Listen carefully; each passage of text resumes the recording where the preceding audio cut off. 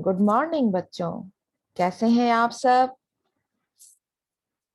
बच्चों? JCERT के TG school में आपका स्वागत है बच्चों।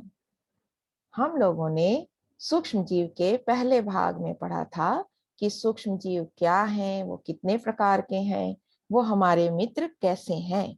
आज इसके दूसरे भाग में बच्चों हम जानेंगे कि सूक्ष्म जीव हमारे शत्रु कैसे हैं, सूक्ष्म जीव रोगों के कारक कैसे हैं, संचरणीय रोग क्या है, मनुष्यों में सूक्ष्म जीवों द्वारा होने वाले सामान्य रोग कौन कौन से हैं, जंतुओं में सूक्ष्म जीवों द्वारा होने वाले सामान्य रोग कौन से हैं, और पौधों में सूक्ष्म जीवों द्वारा होने वाले सामान्य रोग कौन कौन से हैं। साथ ही साथ हम जानेंगे कि फूड पॉइजनिंग क्या है, फूड प्रिजर्वेशन किसे कहते हैं, और दूध का पौष्टिरीकरण क्या है। तो चलिए बच्चों, हम एक एक कर अपने पाठ को शुरू करते हैं। सूक्ष्म जीव हमारे शत्रु। कुछ सूक्ष्म जीव बच्चों बहुत ही हानिकारक होते हैं और ये हमारे उपयोग में आने वाली वस्तुओं जैसे भोजन, कपड़ा या चमड़ा इत्यादि को खराब कर देते हैं। कुछ सूक्ष्म जीव जो है ना बच्चों, वो मनुष्यों, जंतुओं एवं पौधों में रोग उत्पन्न करते हैं। ऐसे सूक्ष्म जीवों को हम रोगाणु या रोग कारक भी कहते हैं। बैक्टीरिया से होने वाली कुछ प्रमुख बीमारियों में बच्चों bacterial meningitis, pneumonia, TB, cholera और फूड पॉइजनिंग इत्यादि शामिल हैं। यहाँ पर आप चित्र में देख रहे हो, इस व्यक्ति को फूड पॉइजनिंग हो गया है। तो फूड पॉइजनिंग के लक्षण में इसे सिर दर्द भी हो सकता है, इसे उल्टियां भी आ सकती हैं, इसे दस्त भी हो सकता है। इससे बचाव के लिए हमें इसे दवाइयां देनी पड़ेंगी। आप यहाँ इस चित्र में देख रहे हो बच्चों कि हाथों में आपको क्या दिख रहे हैं? जीवाणु नजर आ रहे हैं, है ना। तो ये जो सूक्ष्म जीव यहाँ हाथों में है, इनसे भी यदि हम कितना भी अच्छा खाना आपका पड़ा हो, लेकिन अगर हमारे हाथ गंदे हो बच्चों, तो अगर हम उस गंदे हाथ से यदि खाना खा लेंगे तो क्या होगा? वो भी खाना विषाक्त हो जाएगा। इसलिए खाने से पहले हमें अपने हाथों को अच्छी तरह से धो करके ही खाना को खाना चाहिए। अब हम जानेंगे बच्चों कि सूक्ष्म जीव रोग के कारक कैसे हैं। तो कुछ रोग कारक सूक्ष्म जीवों में जीवाणु, विषाणु एवं कवक जो हैं, वो वायु, जल और मच्छर इत्यादि के द्वारा या हमारे भोजन के माध्यम से भी हमारे शरीर में प्रवेश करते हैं और वो हमें बीमार कर देते हैं। तो ये सूक्ष्म जीव कई प्रकार के रोग करते हैं। इनमें से कुछ संचरणीय रोग हैं, यानी संक्रामक रोग हैं बच्चों, जो एक व्यक्ति से दूसरे व्यक्ति तक फैल सकता है। इस रोग में जो भी संचरणीय रोग के जो कीटाणु होते हैं, जो जीवाणु हैं, जैसे वायरस, बैक्टीरिया, प्रोटोजोआ या कवक, जिसके द्वारा भी ये संचरणीय रोग उत्पन्न हुआ है, वो आपको जल के माध्यम से, वायु के माध्यम से या भोजन के माध्यम से एक व्यक्ति से दूसरे व्यक्ति तक पहुंच सकता है। और यदि किसी स्वस्थ व्यक्ति को अगर वो किसी संक्रमित व्यक्ति के संपर्क में आ जाए तो उसे भी वह रोग हो जाता है, और इसी को हम संचरणीय रोग कहते हैं। और इस तरह के रोगों के में प्रमुख हैं बच्चों हैजा, क्षय रोग, सर्दी जुकाम, चिकन पॉक्स और मिजल्स इत्यादि। यहाँ पर आप देख रहे हो ये संचरणीय रोग जो है ये चिकन पॉक्स का है ना। अब हम जानेंगे बच्चों कि मनुष्यों में सूक्ष्म जीवों द्वारा होने वाले कौन कौन से सामान्य रोग हैं। तो यहाँ पर आप देख रहे हो, पहला बीमारी आपको यहाँ दिख रहा है क्षय रोग, जिसे हम कहते हैं ट्यूबरकुलोसिस। इस क्षय रोग को पैदा करने वाले जीवाणु का नाम है, वो है जीवाणु, और इस जीवाणु का नाम है बच्चों माइकोबैक्टीरियम ट्यूबरकुलोसिस।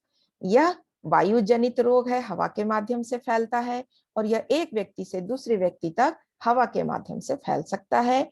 जिस व्यक्ति को यह रोग हुआ है उसे हमें अलग रखना होगा, उसका भोजन, उसका कपड़ा सब अलग रखना होगा, और उचित समय पर यदि हम व्यक्ति सभी जितने हैं टीकाकरण कराएंगे तो इस रोग से हम बच सकते हैं।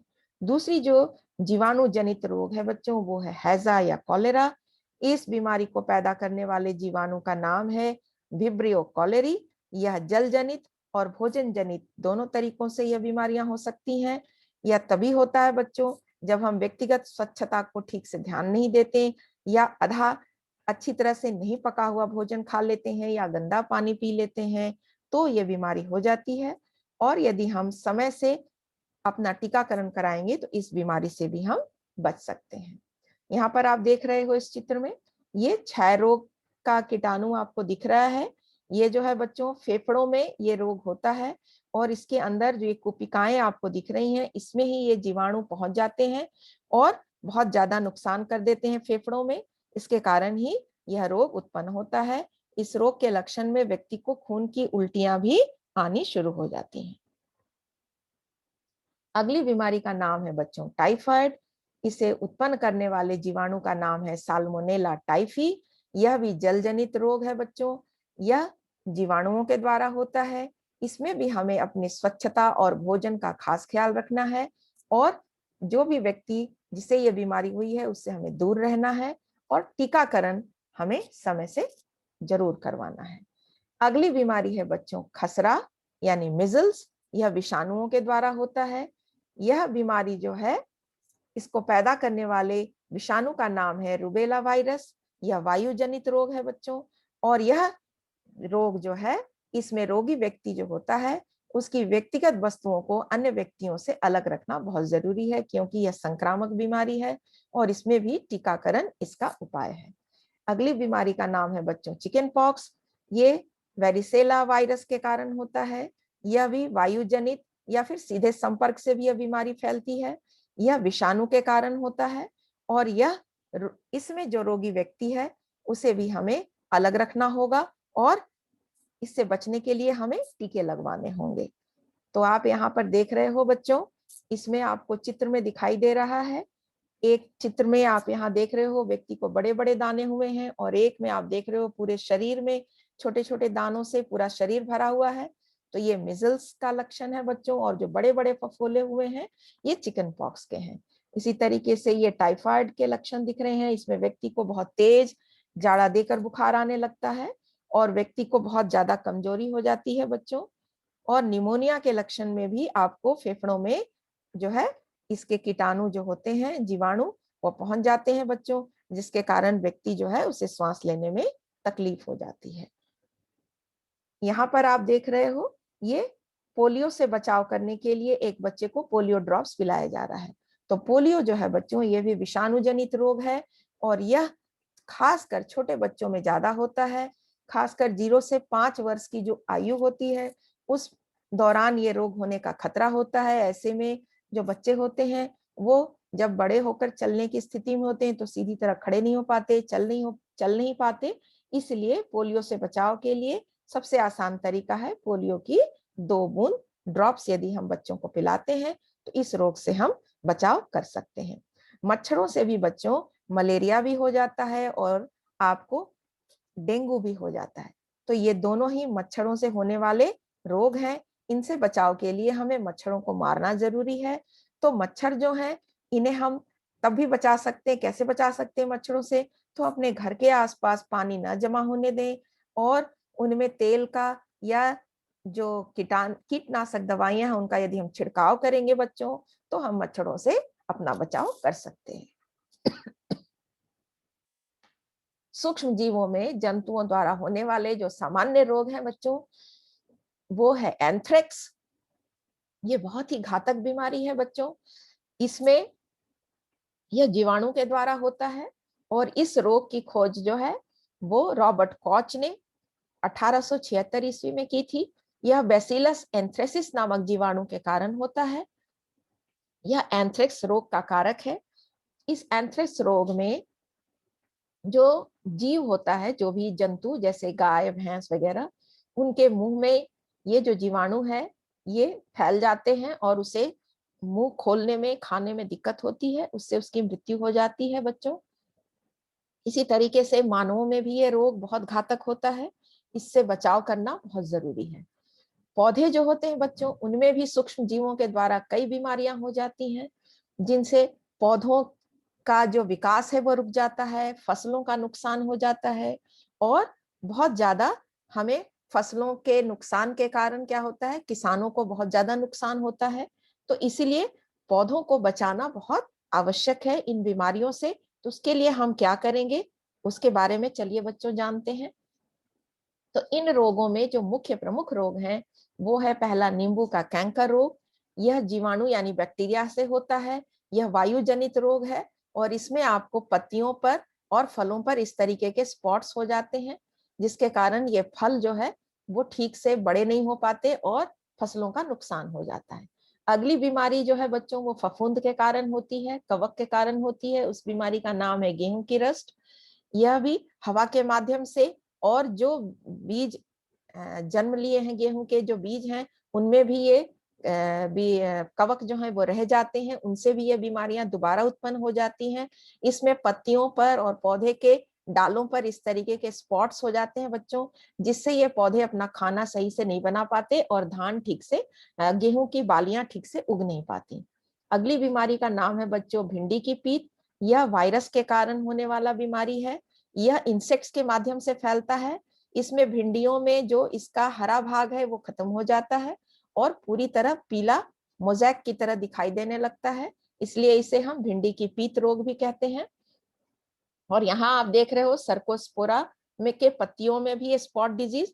तो इसमें भी आपको जो है पत्तियों में वायु और कीट के कारण ये बीमारियां होती हैं। तो यहाँ आप देख रहे हो गौर से, ये नींबू का कैंकर रोग है, ये आपको गेहूं का रस्ट है, ये भिंडी का पीत रोग है और ये सर्कोस्पोरा का स्पॉट रोग आपको दिखाई दे रहा है। अब हम आगे बढ़ते हैं बच्चों, जिसमें हम पढ़ेंगे फूड पॉइजनिंग के बारे में।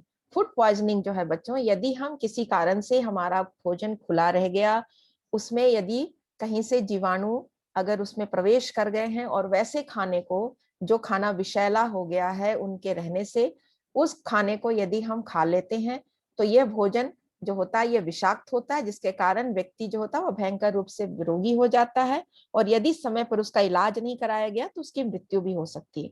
यहाँ आप देख रहे हो ये जो ब्रेड है इसमें आपको फफूंद दिख रहा है। यदि हम इस तरह का ब्रेड खा लें बच्चों तो फूड पॉइजनिंग हो जाएगी और फूड पॉइजनिंग में ये लक्षण दिखाई देंगे, उल्टी होगा, दस्त होगा और इस तरह के सारे लक्षण हमें दिखने लगेंगे। और यदि हम समय रहते अपना इलाज नहीं कराएंगे, बहुत ज्यादा लूज मोशन होगी, बहुत ज्यादा उल्टी होगी, तो व्यक्ति की मृत्यु भी हो सकती है। अब हम जानेंगे बच्चों खाद्य परिरक्षण क्या है, यानी फूड प्रिजर्वेशन किसे कहते हैं। तो आपने देखा होगा बच्चों, यदि हम ब्रेड को खुला छोड़ देते हैं या रोटी बाहर पड़ी रह जाती है तो वो जल्दी खराब हो जाती है, जबकि अचार डब्बे के अंदर जो बंद रहता है या जो डब्बा बंद जो सामान होता है वो जल्दी संदूषित नहीं होता। तो उसके मुख्य कारण क्या है? तो जो खुले में ब्रेड होता है बच्चों, उसमें वायु के कारण और नमी के कारण जो है इस तरीके के फफूंद जो है उस पर लग जाते हैं और वो भोजन को खराब कर देते हैं, जिसके कारण ये नष्ट हो जाते हैं। लेकिन यदि हम अचार को या जैम वगैरह को शीशियों में बंद रखते हैं और साथ ही साथ इसमें कुछ प्रिजर्वेटिव्स मिलाकर रखते हैं, परिरक्षक को मिलाकर रखते हैं, तो ये बहुत दिनों तक खराब नहीं होते और ये सड़ते नहीं हैं। तो कैसे बचा सकते हैं बच्चों? तो उसको हम नमक, चीनी या खाद्य तेल का उपयोग करके हम सूक्ष्म जीवों की वृद्धि को रोक सकते हैं। ये खाद्य पदार्थों के परिरक्षक कहलाते हैं। हम सोडियम बेंजोएट भी जो है बच्चों, वो भी एक बहुत अच्छा परिरक्षक है। तो नमक द्वारा हम परिरक्षण कैसे करते हैं? तो इसमें हम जो मांस हो, मछली हो, इन्हें लंबे समय तक उपयोगी रखने के लिए हम क्या करते हैं? नमक लगा देते हैं। अचार बनाते समय भी हम नमक का उपयोग करते हैं ताकि हमारे अचार ठीक रहे, खराब ना हो। साथ ही साथ चीनी द्वारा भी हम परिरक्षण कर सकते हैं बच्चों। जैम, जेली इत्यादि में चीनी का उपयोग किया जाता है, इससे जीवाणुओं को बढ़ने से हम रोक सकते हैं। तेल के द्वारा भी हम परिरक्षण करते हैं बच्चों। जीवाणुओं को से बचाने के लिए खाद्य पदार्थों को हम क्या करते हैं? तेल में डुबो कर रखते हैं, जैसे अचार वगैरह में हम तेल डालते हैं बच्चों। साथ ही साथ हम गर्म करके और ठंडा करके भी परिरक्षण कर सकते हैं। आपने देखा होगा दूध को जब हम उबालते हैं तो दूध नहीं फटता। साथ ही साथ हम यदि खाने को ठंडा करके रखते हैं, फ्रिज में रखते हैं, तो भी वो खाना बहुत समय तक ठीक रहता है। तो हम गर्म या ठंडा करके भी परिरक्षण कर सकते हैं। अब हम जानेंगे बच्चों कि दूध का पौष्चरीकरण क्या है। तो दूध को उबालने से अनेक सूक्ष्म जीव नष्ट हो जाते हैं और जब दूध को हम 70 डिग्री के तापमान पर 15 से 30 सेकंड के लिए गर्म करने के बाद एकाएक ठंडा कर जब उसका भंडारण करते हैं बच्चों, इसी क्रिया को हम पौष्चरीकरण कहते हैं। और पौष्चरीकरण की क्रिया द्वारा इसी तरीके से दूध को स्टोर किया जाता है बच्चों, बोतलों में, पैकेट्स में, और हम तक पहुंचाया जाता है और इस दूध का हम सेवन करते हैं और इससे हम जीवाणुओं से बचे रहते हैं और ये दूध खराब नहीं होता है। तो आपने जाना बच्चों, आज के पाठ में अच्छी तरह से जाना आपने कि हम किस तरीके से अपने जीवाणुओं से, विषाणुओं से बच सकते हैं। ये हमारे शत्रु हैं, पर उनसे हम अपना बचाव कैसे कर सकते हैं। तो आपने अच्छे से इस पाठ को समझ लिया होगा बच्चों, है ना। तो आपको यदि ये वीडियो अच्छा लगा तो आप इसे लाइक और सब्सक्राइब जरूर करेंगे बच्चों। साथ ही साथ आपका इस वीडियो को सुनने के लिए बहुत बहुत धन्यवाद।